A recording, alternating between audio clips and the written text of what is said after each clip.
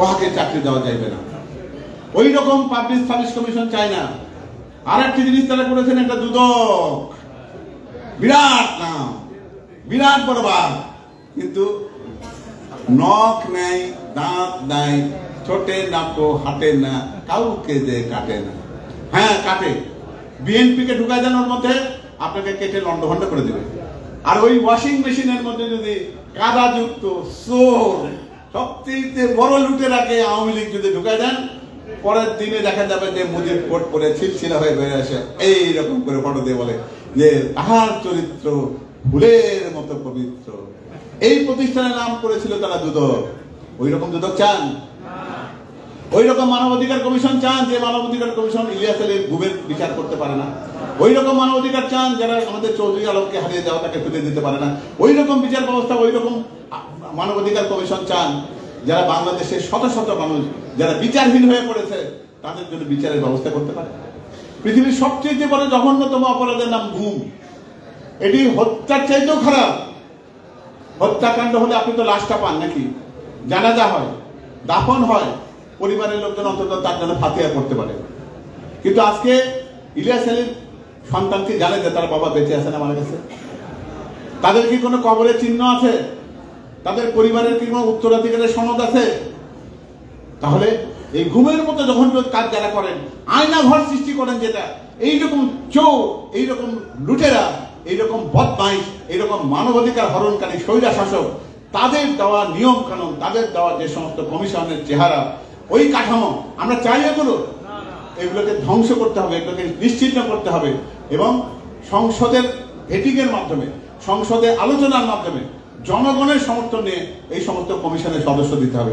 শুধুমাত্র নামের সাথে শেখ থাকিলেই, বাড়ি গোপালগঞ্জ হইলেই তাকে কোনো কমিশন বা কোনো রকম উচ্চ পদ দেওয়া যাবে না। এটি আগামীর বাংলাদেশের নিশ্চিত হবে।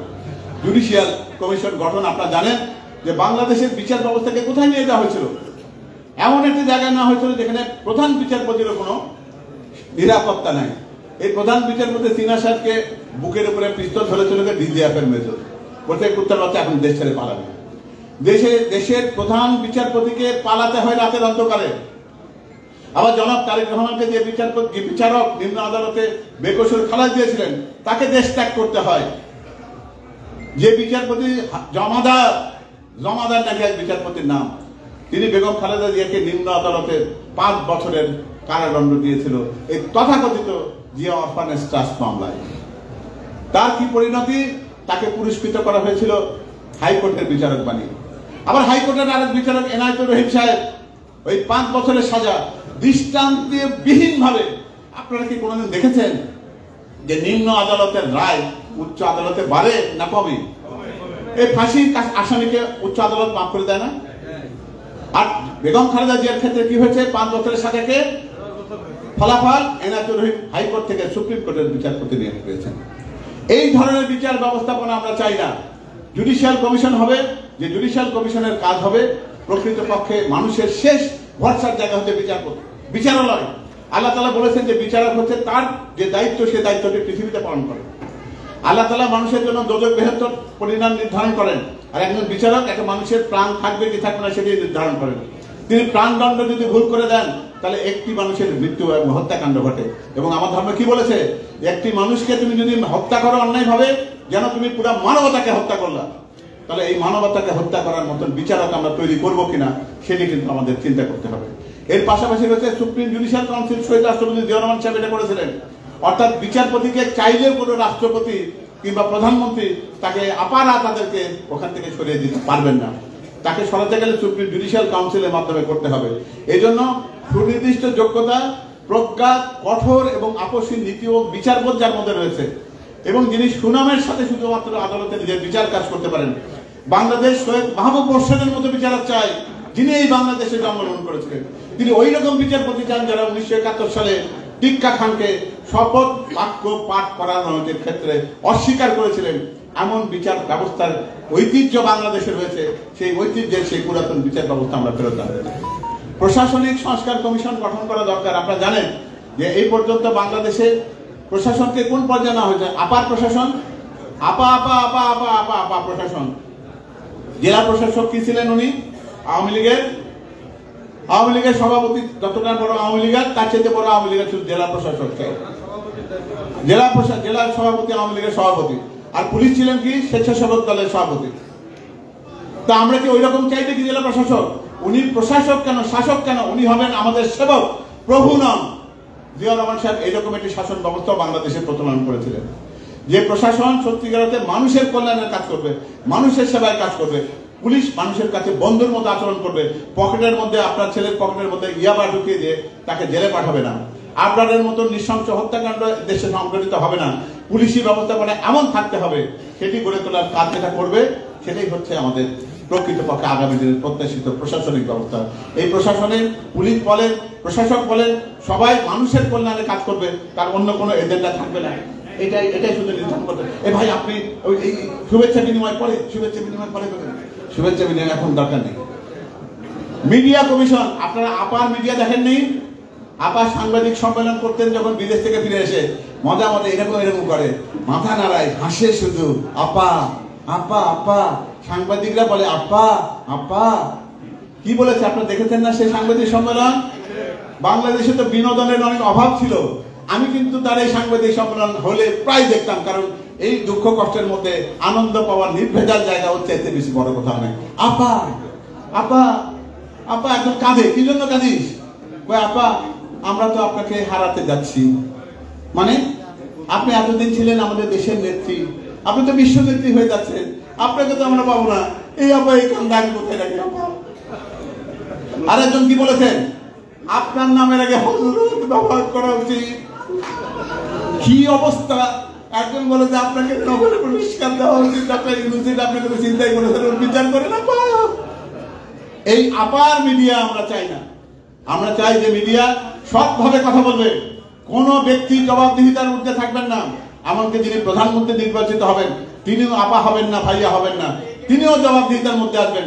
দেশের যে কোনো সাংবাদিক তাকে যে কোনো প্রশ্ন করতে পারবেন এবং তাকে সেই প্রশ্নের উত্তর দিতে হবে। আইসিটি অ্যাক্ট, ডিজিটাল সিকিউরিটি অ্যাক্টের মতন নিবর্তনমূলক আইন, যেখানে একটা কার্টুন আসলে একজনের মৃত্যুর ঘোষণা হয়, একটা ফেসবুকে একটা লাইভ দিলে যেখানে একজন মানুষকে তার কারাবাস করতে হয় জামিনহীন ভাবে। আপনারা যদি একটু দয়া করে যদি একটু বসেন। ভাইজান আপনি কি কাজে ব্যস্ত? ভাইজান এই যে আপনি কি কাজে ব্যস্ত? ওই যে আপনি মাঝখানে, হ্যাঁ আপনি কি কাজে ব্যস্ত? অতি গুরুত্বপূর্ণ।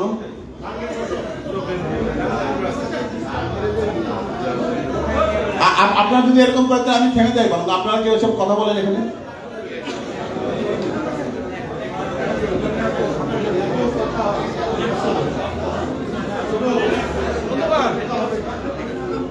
আপনারা কি একটু কথা বলি। আপনাদের যাদের যাদের খারাপ লাগছে তারা নিঃশব্দে বাইরে চলে যাবে। এটা কিন্তু জনাব তারেক রহমানের সিস্টেম। ওনার সিস্টেম হচ্ছে ঘরের ভিতর থাকলে কথা শুনবেন, আর যদি মনে হয় এই বকবকানির প্যাচপ্যাচারি আপনার ভালো লাগছে না, তাহলে আস্তে করে নিঃশব্দে বের হয়ে গিয়ে বাইরেটা কফি খান, কোনো সমস্যা নেই। আমাদের হল খালি হয়ে গেলে কোনো অসুবিধা নেই। একজন ব্যক্তি যদি শোনার উপযুক্ত থাকেন তাহলে আমরা কথা বলবো। জনাব তারেক রহমান এরকম চেহারা দেখাবার নেতৃত্ব চান। আপনাদের যদি সত্যিকার অর্থে জনাব তারেক রহমানের কর্মী হওয়ার ইচ্ছা থাকে, তাহলে তার মতন ডিসিপ্লিন শেখেন। আপনারা তো তাকে কথা বলতে শোনেন, তাই না? উনি কিন্তু এরকম স্লোগান ব্যবসার রাজনীতি করেন না। আপনি ওখানে কোন নেতার কত বড় কর্মী সেটি প্রমাণ না দিয়ে প্রমাণ করার চেষ্টা করুন আপনি বিএনপির কর্মী, জনাব তারেক রহমানের কর্মী, কোন ব্যক্তির কর্মী হওয়ার প্রয়োজন নাই। দুর্নীতি প্রতিরোধে দৃশ্যমান এবং কার্যকর ব্যবস্থা গ্রহণ করার কথা বলা হয়েছে। দুর্নীতি কি শুধুমাত্র তারা লক্ষ লক্ষ কোটি টাকা আমাদের দেশ থেকে পাচার করেছে এটাই কি একমাত্র দুর্নীতি? না। দুর্নীতি শুধুমাত্র আর্থিক দুর্নীতি হয় না, নৈতিক দুর্নীতি হয়। পুরো বাংলাদেশকে তারা নৈতিক অধঃপতনের যে জায়গায় নিয়ে গেছেন এর কোনো প্রতিকার নেই। আপনার দেবপ্রিয় ভট্টাচার্যের সাম্প্রতিক আপনার সিপিডি রিপোর্ট দেখেছেন, উনি বলেছেন 15 বছরে তারা $240 বিলিয়ন এই বাংলাদেশ থেকে লুটপাট করে নিয়ে গেছে। $240 বিলিয়ন মানে কি? আমাদের রিজার্ভে কোনোদিন 50 বিলিয়নের বেশি অর্থ সঞ্চিত ছিল না। তাহলে 240 বিলিয়ন অর্থ পাচার করতে গেলে বাংলাদেশের খোকলা করে দেওয়া ছাড়া, বাংলাদেশকে নিশ্চিহ্ন করে দেওয়া ছাড়া এত ব্যাপক পরিমাণের আর্থিক দুর্নীতি করার কোনো সুযোগ ছিল না। এই কাজটি তারা কেন করেছেন? কারণ তারা বাংলাদেশকে অকার্যকর করার চেষ্টা করেছেন। শুধু বিচার যথেষ্ট নয়, এমনকি তাদের দেওয়া অর্থ ফেরত আনলেও আপনি সেই প্রতিকার পাবেন না। 15 বছরে যে অর্থটি দেশ থেকে লুণ্ঠিত হয়েছে সেই অর্থ যদি এই দেশে থাকতো তাহলে আপনার বাড়িতে কেউ বেকার থাকতো না, আপনার কর্মসংস্থান হতো, আপনার কৃষকের জন্য ন্যায্য মূল্যের প্রাপ্তি নিশ্চিত হতো, আমাদের এখানে ব্রিজ কালভার্ট হতো, শিক্ষা প্রতিষ্ঠান হতো, হাসপাতাল হতো। এই অধিকার থেকে যারা বঞ্চিত করেছে তাদেরকে আপনি 50 বার ফাঁসি দিলেও এর কোনো বিচার হবে না। ভবিষ্যতে এমন দৃষ্টান্ত স্থাপন করতে হবে যাতে দুর্নীতি করার শব্দ যেন কেউ মুখে আনতে সাহস না পায়। আমাদের সংবিধানে আরেকটি কথা লেখা আছে, সেটা হচ্ছে ন্যায়পাল প্রতিষ্ঠার কথা। ন্যায়পাল নিয়োগ করার কথা এই জন্য বলা হয়েছে যে প্রচলিত বিচার ব্যবস্থা যদি কখনো কোনো জায়গাতে তাকে যদি সে সুবিচার দিতে ব্যর্থ হয় তাহলে ন্যায়পালের মাধ্যমে সেই ব্যক্তিটি, সংক্ষুব্ধ ব্যক্তি একটা প্রতিকার পাবেন। সংবিধান এমন একটা ব্যবস্থাপনার কথা বলেছে। সেই কারণে দুর্নীতি দমন কমিশন বলেন, দুর্নীতি দমন আইন বলেন, সেগুলোর সংস্কারের পাশাপাশি ন্যায়পাল নামে সবার উপরে একজন পাল থাকবেন, যিনি পুরো বাংলাদেশের মানুষের আস্থার প্রতীক হিসেবে বলবেন যে তুমি যদি প্রচলিত ব্যবস্থায় কোনো প্রতিকার না পাও আমার কাছে আসো, আমি রাষ্ট্রকে শিক্ষা দিয়ে বলবো এই জায়গায় তুমি ভুল করেছো, তোমার এখানে প্রতিকার পাওয়ার অধিকার ছিল। সর্বস্তরে আইনের শাসন এবং মানবাধিকার প্রতিষ্ঠা করার কথা বলা হয়েছে। আপনারা জানেন যে মানবাধিকারের এই কথাটি একটু আগে বলেছি যে গুমের চাইতে বড় অপরাধ হয় না। শারীরিকভাবে মানসিকভাবে নির্যাতনের মাধ্যমে যাদেরকে আয়না ঘরে ঢোকানো হয়েছিল, দিনের পর দিন গেছে, তারা দিন রাতের পার্থক্য বুঝতো না। তারা শুক্রবারে জুমার নামাজ কোন দিন হয় তারা জানতো না, ঈদ পার্বণ কোথা থেকে পার হয়ে গেছে তাদের জানা ছিল না। এইরকম একটা অনিশ্চিত জীবন, যেখানে একজন শিশু পুত্র বা কন্যাকে বাড়িতে রেখে গেছে, সে বেঁচে আছে কিনা, সে কোন ক্লাসে পড়ে, তার লেখাপড়া হয় কিনা, তার বাড়িতে বাজার হয় কিনা, তার খাবারের কোনো সন্তান হয় কিনা, তাদের চাকরি বাকরি আছে কিনা, তার কোন সয় সম্পত্তির ভেতর থেকে তার কোনো প্রাপ্তি হচ্ছে কিনা, এই রকম একটা অনিশ্চয়তার গুম ঘরের মধ্যে, আয়না ঘরের মধ্যে মানুষকে অবরুদ্ধ করে যে শাসন ব্যবস্থা স্বৈরাচার প্রতিষ্ঠিত করেছিল, সেই শাসন ব্যবস্থার সেই পুনরাবৃত্তি বাংলাদেশের মানুষ দেখতে চায় না। আমাদের সংবাদপত্র জগতের মানুষরা যখন সত্যি কথা বলতে চেয়েছেন, সঙ্গে সঙ্গে তার কণ্ঠরোধ করার চেষ্টা করা হয়েছে। যখন কোনো মানবাধিকার কর্মী যখন সত্য কথা বলতে চেয়েছে, তখন তাকে বলা হয়েছে যে তুমি জামাত শিবির, তাকে জঙ্গি ট্যাগ দিয়ে তাকে নিশ্চিহ্ন করে দেওয়ার চেষ্টা করা হয়েছে। বলা হয়েছে তুমি বিএনপি, তুমি খালেদা জিয়ার মানুষ, তুমি তারেক রহমানের মানুষ, তোমাকে এই দেশে থাকবার কোনো অধিকার নেই। কথায় কথায় তারা বলতো এই দেশে আপনারা থাকবেন না, দেশ থেকে চলে যাও। এই দ্বিতীয় শ্রেণীর নাগরিকের যে লজ্জাজনক অবস্থা যারা দিয়েছে, আইনের শাসনকে যারা অবহেলা করেছে, মানবাধিকারকে যারা প্রতি মুহূর্তে যারা ভুলণ্ঠিত করেছে, সেই ব্যবস্থাপনা আমরা চাই না। অর্থনৈতিক সংস্কার কমিশন শুধুমাত্র এই জন্য হবে না যে বিএনপির সেই প্রতিশ্রুতি যেটি ছিল যে আমরা বাংলাদেশকে একটা পরিপূর্ণ আর্থিক সমৃদ্ধির জায়গায় নিয়ে যাবো। জিয়া রহমান সাহেব যে প্রতিষ্ঠা দিয়েছিলেন বাংলাদেশের অর্থনৈতিক ভিত্তিভূমি, তার বিপরীতে তারা কি করেছে, তারা বাংলাদেশ থেকে লুট করে এমন জায়গায় নিয়ে গেছে যে ফরিদপুরের একটা যুবলীগের একটা পাতি নেতা পর্যন্ত 2000 কোটি টাকা দেশের বাইরে পাচার করতে পারে। এইরকম একটি ব্যবস্থাপনা, যারা প্রতিবার আসে পুঁজিবাজার থেকে ধ্বংস করে, লক্ষ লক্ষ পুঁজিবাজারের বিনিয়োগকারীকে সর্বশান্ত করে। তারা শুধু এইটুকুর মধ্যে সীমাবদ্ধ থাকেনি, তারা সমস্ত বিদ্যুৎ ব্যবস্থাপনাকে ধ্বংস করেছে। তারা কুইক রেন্টাল কিংবা ক্যাপাসিটি চার্জের নামে 1 লক্ষ কোটি টাকা সেই সামিট গ্রুপের আজিজ খান, আমাদের ফারুক খান সাহেবের বড় ভাই আওয়ামী লীগের নেতা, তাদের মাধ্যমে দেশ থেকে লুণ্ঠন করেছেন। তারা গিয়ে সিঙ্গাপুরে তারা ফোর্বসের সেই বিশ্বের বড় লোকদের তালিকার মধ্যে নিজের নামকে অন্তর্ভুক্ত করেন। এস আলমের মতো বড় চোর বাংলাদেশের 5-7টা ব্যাংকে লুট করার পরে বলেন আমি তো বাংলাদেশের নাগরিকই না। আসলে এই দেশে চুরি করার জন্য বাংলাদেশের নাগরিক আপনাদের হওয়ার দরকার নেই। টিউলিপ সিদ্দিকী ওই জিনের মধ্যে, রক্তের মধ্যে যখন দূষিত পদার্থ থাকে তখন ওটা আমেরিকা ইংল্যান্ডে নিয়ে বিশুদ্ধ করা যায় না। যায় না বলেও ওদেশে নির্বাচিত এমপি টিউলিপ সিদ্দিকী, শেখ হাসিনার বোনের মেয়ে, তাকেও কিন্তু দেখা যায় যে লন্ডনে 2-2টি ফ্ল্যাট উনি উপহার নিয়েছেন, যার কোনো টাকা পয়সার হিসাব নাই। এইরকম একটা ব্যবস্থাপনার অর্থনৈতিক আমরা আমাদের দেশের জন্য চাই না। এটা কেটে যাচ্ছে কেন? ধর্মীয় স্বাধীনতা সর্বোচ্চ নিশ্চয়তা দেওয়ার কথা বলা হচ্ছে। ধর্ম যার যার, রাষ্ট্র সবার, এটি হচ্ছে 31 দফার মূল মন্ত্র। এখানে ধর্ম নিরপেক্ষতার কথা ওইভাবে উচ্চারণ করার দরকার নেই। কেন নেই? আপনি এই জায়গাতে সংখ্যালঘু, সংখ্যাগুরু এই শব্দটিকে আজকে থেকে এখানে কবর দেন। আমরা কখনো আর সংখ্যালঘু, সংখ্যাগুরু শব্দটি ব্যবহার করব না। আমাদের সবার পরিচয় একটি, আমরা সবাই বাংলাদেশী। আপনি পাহাড়ে থাকেন, আপনি সমতলে থাকেন, আপনার জাতি ধর্ম যাই হোক না কেন, আপনি পূজা করেন না, আপনি মসজিদে যান না কেন, প্যাগোডায় যান কিংবা আপনি গির্জায় যান, এটি আমার জানার দরকার নেই। আপনার ধর্ম আপনি পালন করবেন। আপনার ধর্ম প্রতিষ্ঠান যদি আক্রান্ত হয় তাহলে একজন অপরাধের বিচার হবে, সেই জায়গায় অন্য ধর্মের লোকের বিচার করবার চেষ্টা আমরা করব না। আমাদের কথা পরিষ্কার, ধর্ম যার যার, রাষ্ট্র সবার। অর্থাৎ আপনি এখানে সংখ্যালঘু সংখ্যাগুরু কার্ড খেলবেন না। এটি ভারতের চেষ্টা। আপনারা জানেন যে যখনই আওয়ামী লীগের নির্বাচনের সময় আসে তখন আপনারা কি দেখেন? মূর্তির পায়ের তলায় কোরআন শরীফ, মূর্তির হাত ভাঙ্গা, মূর্তির মাথা থেকে মুকুট গায়ে। আর কি করেন? নরেন্দ্র মোদী এসে ফরিদপুরের মতুয়াদের মধ্যে গিয়ে ওখানে গিয়ে উনি কুর্নিশ করেন, তাদের মন্দিরে যান। কি জন্য? তার এই পশ্চিমবঙ্গের ভোটের দরকার, মতুয়াদের অনেক ভোট আছে এখন। ফলে যখনই বিজেপি আওয়ামী লীগ এই দুটি দলেরই যখন নির্বাচন সামনে আসে তখনই তাদের ধর্মীয় কার্ড খেলার প্রয়োজন হয়। বাংলাদেশে ধর্মীয় সম্প্রীতির দেশে আমরা ভবিষ্যতে আর কাউকে এই ধর্মীয় কার্ড খেলার সুযোগ দেব না। মানুষের শ্রমের মজুরির সাথে আপনারা জানেন যে আজকে অর্থনৈতিক অবস্থা এমন জায়গায় গেছে যে প্রতিদিনই জিনিসপত্রের দাম বাড়ে। তো বিএনপির অঙ্গীকার, জনাব তারেক রহমানের অঙ্গীকার, মুদ্রাস্ফীতি যদি হয়, যেখানে আজকে 10%-এর বেশি মুদ্রাস্ফীতি, তার সাথে সাথে সামঞ্জস্য রেখে প্রাইস ইন্ডেক্স বেস, অর্থাৎ আপনার শ্রমের পারিশ্রমিক নির্ধারণ হবে, ওই সময়কার বাজার মূল্যের নির্ধারণ করে যাবে। একই সাথে সাথে চা বাগানে, চরাঞ্চলে, হাওর বাওরে দরিদ্র পীড়িত যে সমস্ত এলাকার মানুষ এখনো বঞ্চিত, যাদের কাছে এখনো পর্যন্ত অনেক নাগরিক সুবিধা পৌঁছে নাই, তাদের কাছে এই নাগরিক সুবিধা পৌঁছে দেওয়ার জন্য যে কর্মসূচি নেওয়া দরকার, আলাদাভাবে সেই রকম করে একটা অর্থনৈতিক ব্যবস্থাপনা আসবে, ট্রেড ইউনিয়ন করার সুযোগ সুবিধা থাকবে, অর্থাৎ শ্রমিকরা তার ন্যায্য অধিকারের কথা বলতে পারবে। এই কথাটি 31 দফার মধ্যে বলা হয়েছে। শিল্প, বিদ্যুৎ আর খনিজ জ্বালানি খাত নিয়ে সুশাসন প্রতিষ্ঠা করা। আপনারা জানেন যে কুইক রেন্টাল আর সেই ক্যাপাসিটি চার্জের নামে টাকা লুটপাটের কারণ আপনারা জানেন। আপনারা জানেন যে তথাকথিত বিদ্যুৎ ব্যবস্থাপনা তৈরি করার নামে তারা কি করেছেন, এবং খনিজ খাতকে যদি অবহেলা করে তারা কি করেছেন? বাংলাদেশকে এলপি গ্যাস নির্ভরশীল একটা দেশে পরিণত করেছেন। আমাদের সমুদ্র সীমা আপনারা পেয়েছি, আপনারা বলেন যে সমুদ্র সীমা জয় হয়েছে। বাংলাদেশের চাইতে কয়েক গুণ বড় আমাদের সমুদ্র এলাকা রয়েছে। সেখানে কি কোনো গ্যাসের অনুসন্ধান হয়েছে গত 15 বছরে? কোনো খনি খুঁজে পাওয়া গেছে? গ্যাসের কোনো মজুদ পাওয়া গেছে?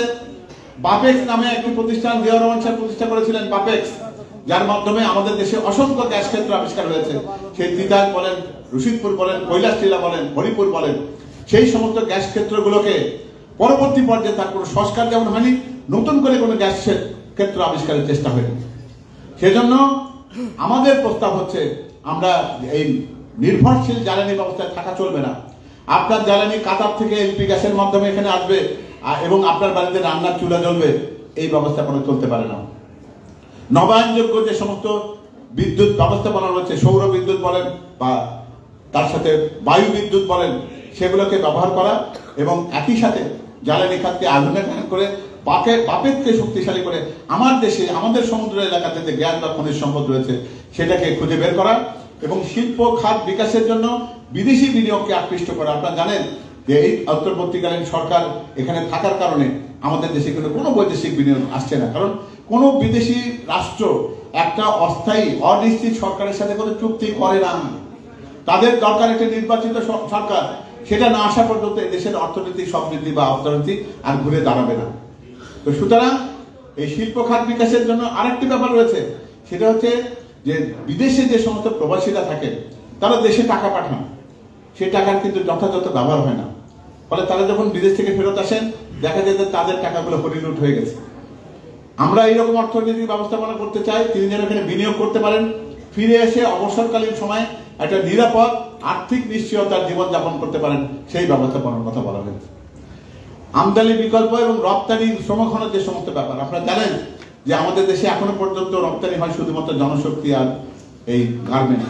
সেই জায়গাতে তৃতীয় বা চতুর্থ কোনো রকম আমরা শিল্প কারখানা ব্যবস্থাপনা করিনি।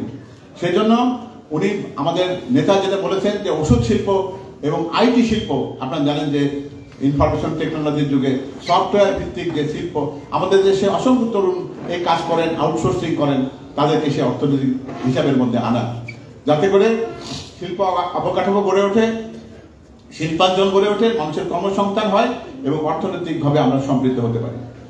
দেশের স্বার্থ অগ্রাধিকার নিশ্চিত করে বৈদেশিক সম্পর্কে উন্নয়ন করতে হবে।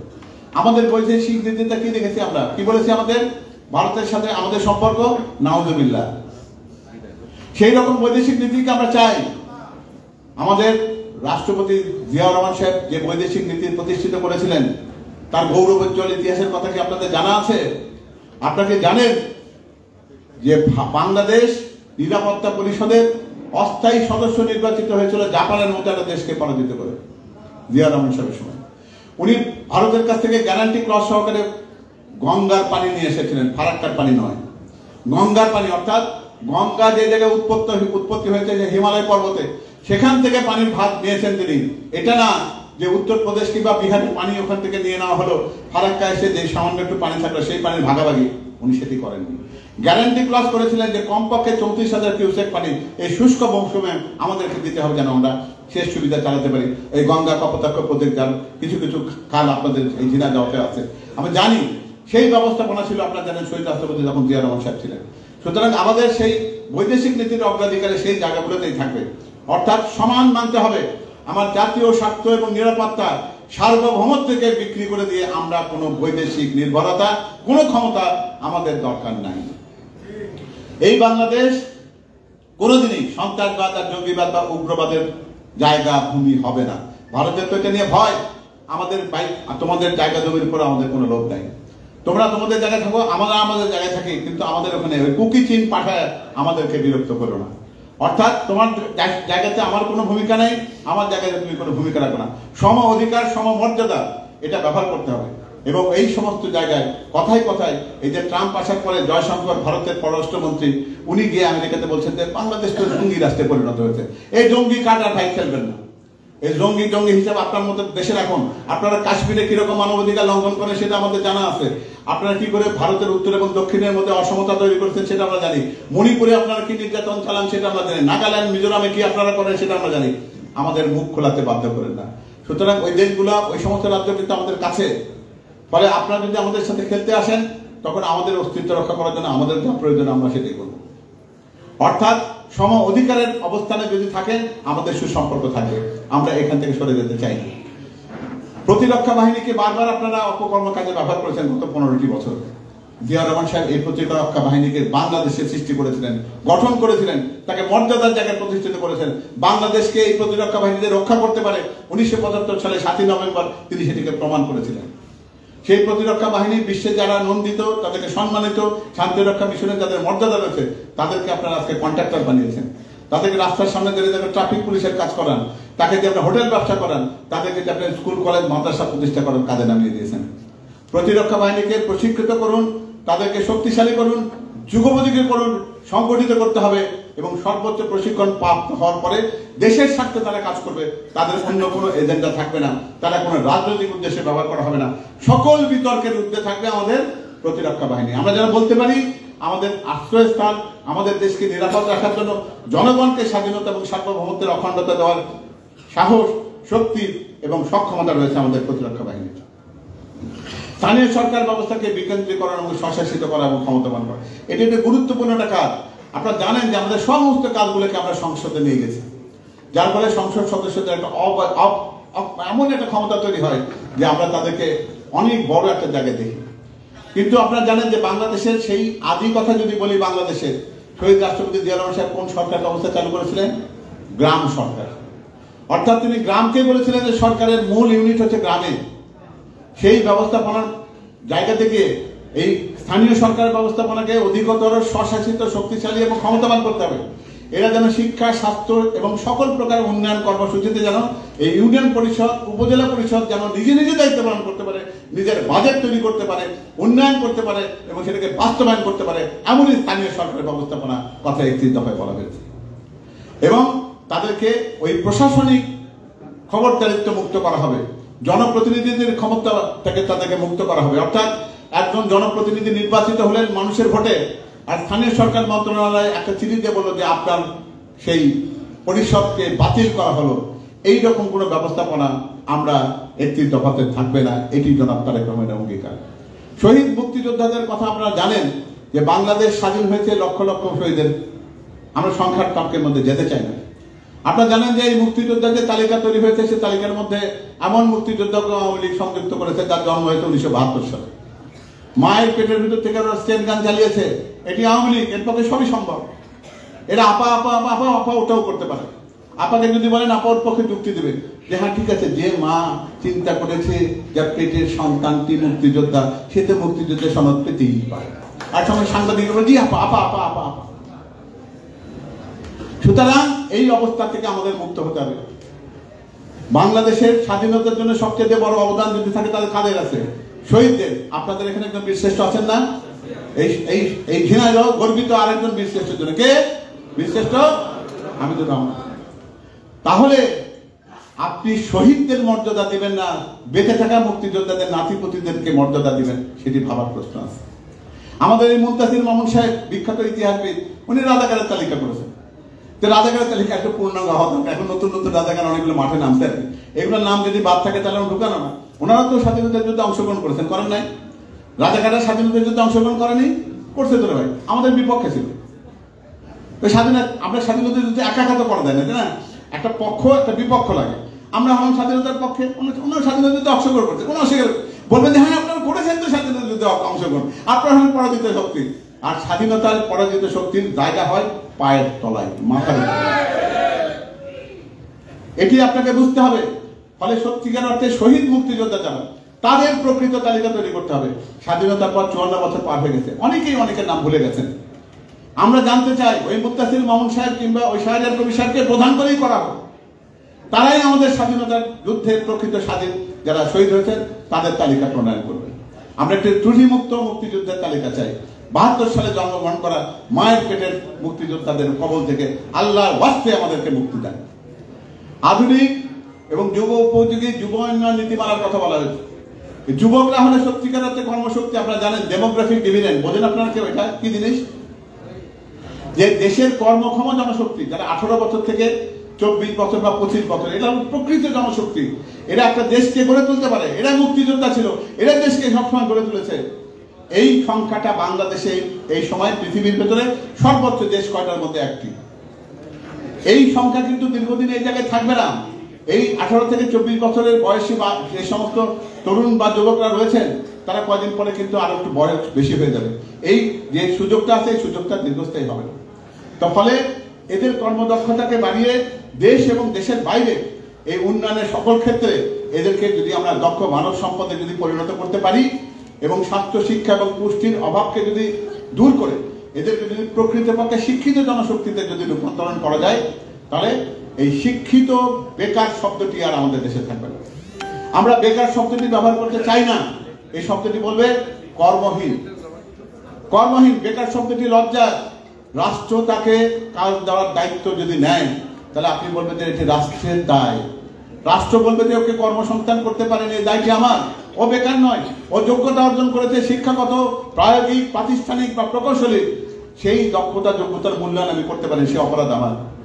তো ফলে আন্তর্জাতিক মানদণ্ড অনুযায়ী তাদেরকে সত্যিকার অর্থে প্রশিক্ষণ এমনভাবে দেবেন যে শিক্ষিত বেকাররা যেন আর বেকার না থাকে। রাষ্ট্র আরো গ্যারান্টি দিচ্ছে যারা শিক্ষিত কিন্তু কর্মসংস্থান রাষ্ট্র যাদেরকে করতে পারেনি তাদেরকে 1 বছর পর্যন্ত কি দেবে? 1 বছর কি ভাতা? না, বেকার শব্দটি ব্যবহার করা যাবে না। সহায়তা ভাতা। সহায়তা ভাতা অর্থাৎ ওর জন্য কাজ দেওয়া, চাকরি দেওয়ার দায়িত্ব ছিল, সেটা রাষ্ট্র দিতে পারেনি বলে তাকে সহায়তা ভাতা দিবে। বেকার ভাতা বলে তাকে আমরা অমর্যাদা বা অসম্মানিত করতে চাই না।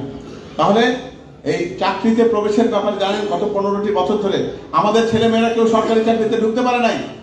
তাদের গায়ে বিএনপির বাতাস ছিল, এটি ছিল তাদের অপরাধ। সুতরাং সরকারি চাকরিতে যদি আমরা বয়স সীমা কিছুটা যদি না বাড়াই, তো প্রকৃতপক্ষে বাংলাদেশের জাতীয়তার সাথে যাদের সম্পৃক্ততা রয়েছে তাদের কিন্তু সরকারি চাকরিতে ঢোকার সুযোগ থাকবে না। আওয়ামী দোসররা বছরের পর বছর ধরে 15 বছর ওদেরকে ঢুকিয়েছে, মানে ওদের নিশ্চিহ্ন হতে, ওদের মৃত্যুবরণ করতে এখনো 50 বছর বাকি। তো অত বছর ধরে কি আমরা অপেক্ষা করবো নাকি? আমরা এই স্বৈরাচার মুক্ত প্রশাসন চাই না, এদের চেহারা থেকে মুক্ত হতে চাই না। যদি চাই তাহলে সেই ব্যবস্থা করতে হবে। বিএনপি তথা জনাব তারেক রহমান নারীর মর্যাদা, সুরক্ষা এবং ক্ষমতায়নে অসম্ভবভাবে স্পর্শকাতর। এই ঘরে আমরা জানি যে আমাদের মহিলাদের সংখ্যা অতি কম, পুরুষদের সংখ্যা বেশি, কিন্তু ভোটের মাঠে কি সেটাই চিত্র?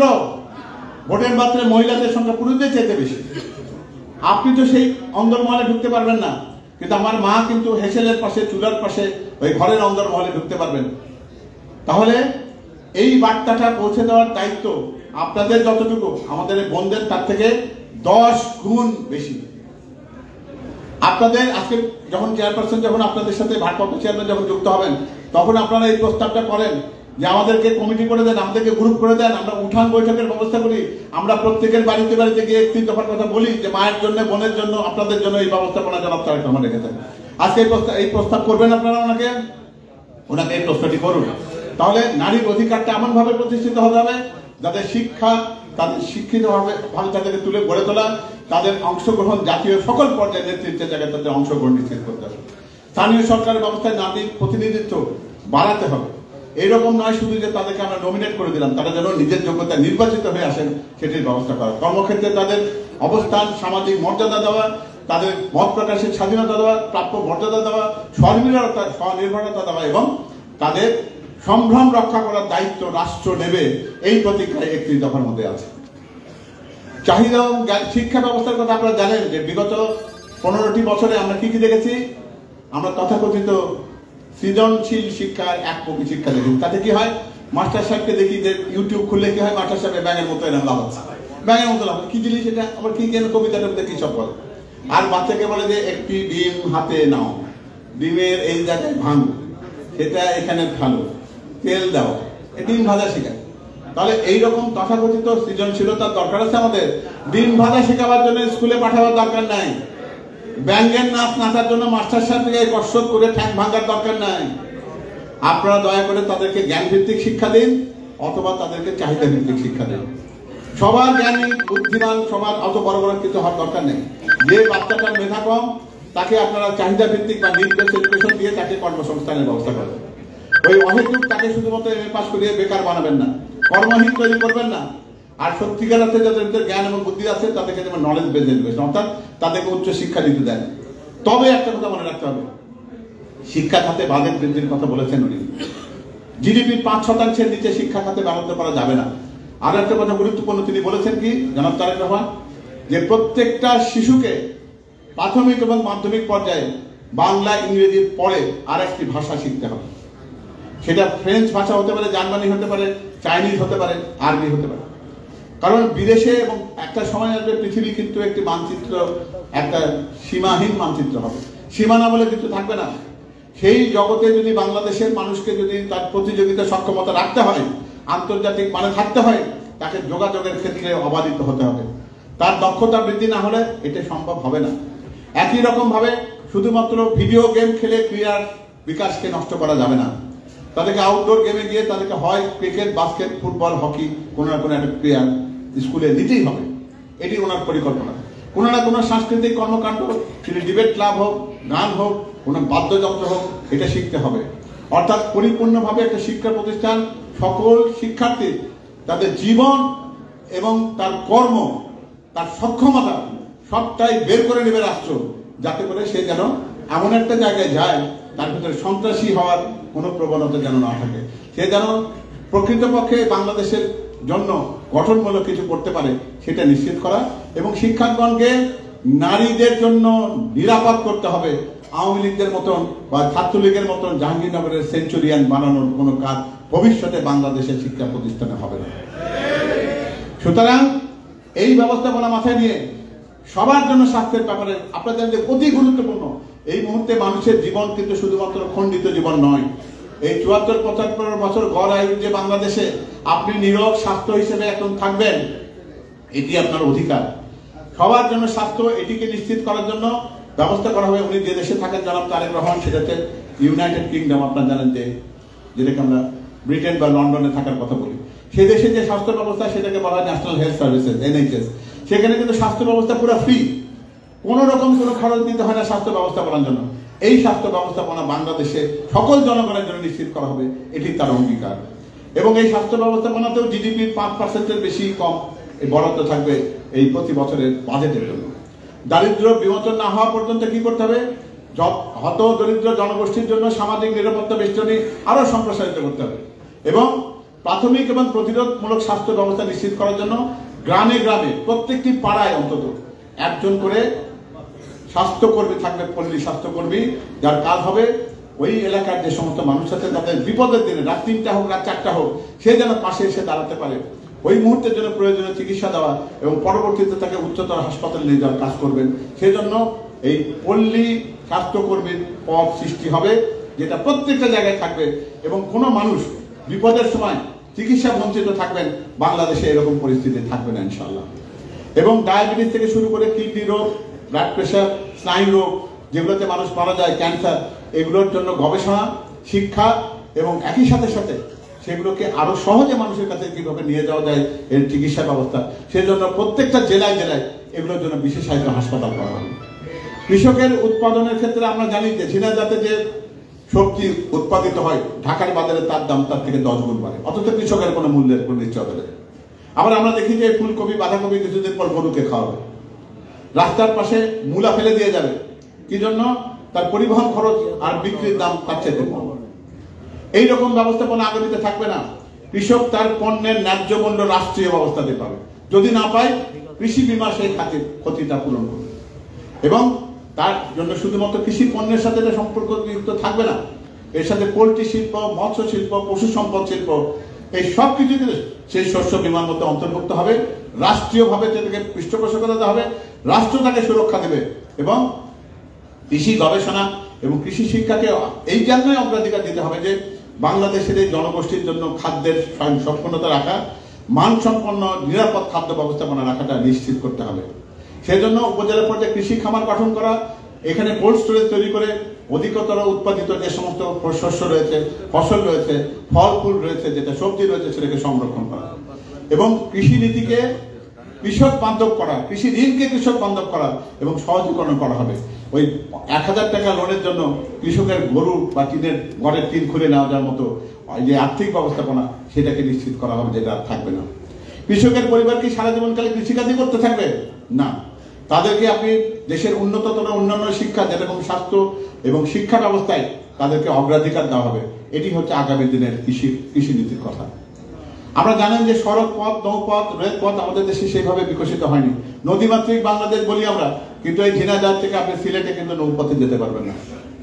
একই সাথে ভারত আমাদের সাথে এত সাংঘাতিক সুপ্রতিবেশী সুলভ সম্পর্ক রাখছে যে আমাদের নদীগুলো শুকিয়ে যাচ্ছে, ফলে শীতকালে আমাদের নদীতে পানি থাকে না, কদিন পরে আমাদের সেচ যাওয়ার জন্য পানি পাওয়া কঠিন হবে। সেজন্য জনাব তারেক রহমান কি বলেছেন? খাল খননকে আবার করতে হবে, নদী খনন করতে হবে, নদীকে পুনর্বাসিত করতে হবে, অর্থাৎ আমাদের নদীগুলোই হবে, খালগুলোই হবে আমাদের জলাধার, যেখান থেকে সারা বছরে আমরা কৃষির জন্য, ব্যবহারের জন্য, খাওয়ার জন্য এবং উৎপাদনের জন্য যে পানির দরকার সেটা যেন আমরা নিজেরাই পাই, অন্যের উপর যেন আমাদের নির্ভরশীল থাকতে না হয়। ঠিক একই রকম ভাবে সড়ক পথের উন্নয়ন, রেল পথের উন্নয়ন, নৌপথের উন্নয়ন করতে হবে। এই ঝিনাইদহ থেকে যশোর যেতে গেলে আপনাদের বাসা থেকে বিদায় নিতে হয়, একবার বিদায় দে মা ঘুরে আসি, হাসি হাসি পড়বো ফাঁসি, বাঁচবো কিনা জানি না। হ্যাঁ, মেরুদণ্ডের হাড়ের ভিতর যার একটু দুর্বলতা আছে তিনি যান হয়তো সুস্থভাবে ফেরত আসেন স্ট্রেচারের মধ্যে। এইরকম যোগাযোগ ব্যবস্থার দরকার নাই, যে যোগাযোগ ব্যবস্থাতে শুধুমাত্র একবার পাতালে একবার আকাশে এইরকম করে গাড়ি চলে, কালকে রাতের বেলা আমরা দেখলাম। সুতরাং সড়ক পথ, রেলপথ, নৌপথের আধুনিকায়ন, সুতরাং এটাকে ব্যবহার উপযোগী করা, এটাতে পানির রক্ষণাগান করা, কৃষি উৎপাদনে ব্যবহার করা এবং সর্বশেষ পর্যটনের জন্য যেন আমাদের এই ব্যবস্থাপনাটা কাজে লাগে, সেইটা আমাদের এখানে করতে হবে। জলবায়ু পরিবর্তনের কারণে এই এলাকা অনেকটা, আপনারা জানেন যে ফারাক্কার প্রভাবে যে সমস্ত এলাকা বিপদগ্রস্ত, তার মধ্যে ঝিনাইদহ অন্যতম। কুষ্টিয়া, ঝিনাইদহ এলাকায় আপনারা জানেন যে পদ্মা নদীর কাছাকাছি আপনারা থাকেন। সেই কারণে জলবায়ু পরিবর্তনের কারণে যে প্রাকৃতিক দুর্যোগ সৃষ্টি হয়, বন্যা, জলোচ্ছ্বাস, ঘূর্ণিঝড়ের জন্য বা ভূকম্পনের জন্য যে অবস্থা তৈরি হয়, তার মোকাবিলার জন্য সক্ষমতা তৈরি করা। আর জানেন জনাব তারেক রহমান একটা প্রকল্পের কথা বলেছেন যে 5 বছরে উনি 5 কোটি ফলজ গাছ, বড় বৃক্ষ, যেটাকে রেইন ট্রির মতন, আপনারা জানেন আপনাদের এখানে চুয়াডাঙ্গা থেকে যে রাস্তা ঝিনাইদহ পর্যন্ত এসেছে, সেই বিখ্যাত কি রাস্তা, এটার নাম কি? Grand trunk road. সেই শের শাহের বানানো গ্র্যান্ড ট্রাঙ্ক রোড, এখান থেকে দিল্লি পর্যন্ত যে রাস্তাটা গেছিল, সেই রাস্তাটার এখনো পর্যন্ত অবশিষ্ট রয়েছে। সেই রাস্তার বড় বড় গাছ, আপনারা জানেন যে আমঝুপিতে শহীদ রাষ্ট্রপতি জিয়া রহমান সাহেব এসে একবার উচ্চারণ করে বলেছে এই গাছে যেন কেউ হাত না দেয়, কিন্তু সেই কথাটা রক্ষিত হয়নি। আপনারা জানেন আমঝুপি এখানে মেহেরপুরে কিছু কাছে, আপনারা জানেন সেই বিখ্যাত নীলকরদের কুটিবাড়ি।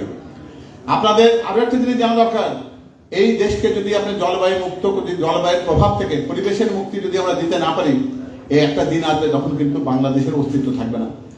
এই সমুদ্রের পানির উচ্চতা যদি মাত্র 1-3 ফিট বাড়ে, তাহলে সুন্দরবন বিলীন হয়ে যাবে, ভোলা, খুলনা, বরিশাল এই সমস্ত জেলার অস্তিত্ব থাকবে না।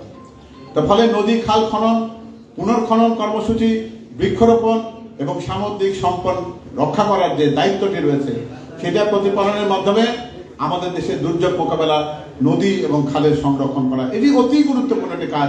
এটাকে হেলাফেলা করবেন না আমাদের এই কর্মসূচি। তথ্য এবং যোগাযোগ, এটা তরুণ প্রজন্মের খুবই পছন্দ, জেনজি। ওরাই তথ্য প্রযুক্তির জন্য সারাক্ষণ কি করে, এই ফেসবুকে থাকে, ইউটিউবে থাকে, টিকটকে থাকে। আমরা জানি যে মহাকাশ গবেষণা আমাদের একটা দেশে একটা হয়েছিল, একটা স্যাটেলাইট আছে, তার নাম দিচ্ছে বাপের নামের একটা স্যাটেলাইট। সেই স্যাটেলাইটের ভিতর দুর্নীতির আখড়া। সেই স্যাটেলাইটটা উৎক্ষেপণ হওয়ার কথা ছিল আমার মাথার উপরে, কিন্তু সেটা সেখানে উৎক্ষেপিত হয়নি। এখানে প্রথম বাধা ছিল কে? ভারত। তারা বলেছে যে আমার মাথার উপর কোনো স্যাটেলাইট থাকতে দেবো না। আমরা পূব দিকে গেছি, সেখানে চীন, থাইল্যান্ড বলেছে যে এখানেও থাকতে দেবো না। আরো পূব দিকে গেছি, সেখানে ফিলিপাইন বলেছে এখানেও থাকতে দেবো না। ফলে ওই স্যাটেলাইটের জায়গা হয়েছে প্রশান্ত মহাসাগরের উপরে। এই প্রশান্ত মহাসাগরের উপরে ওই অরবিটে, ওই কক্ষপথে ওই স্যাটেলাইটটাকে ব্যবহার করতে গেলে আপনার অ্যান্টেনাকে মাটির সাথে প্রায় সমান্তরাল রাখতে হয়।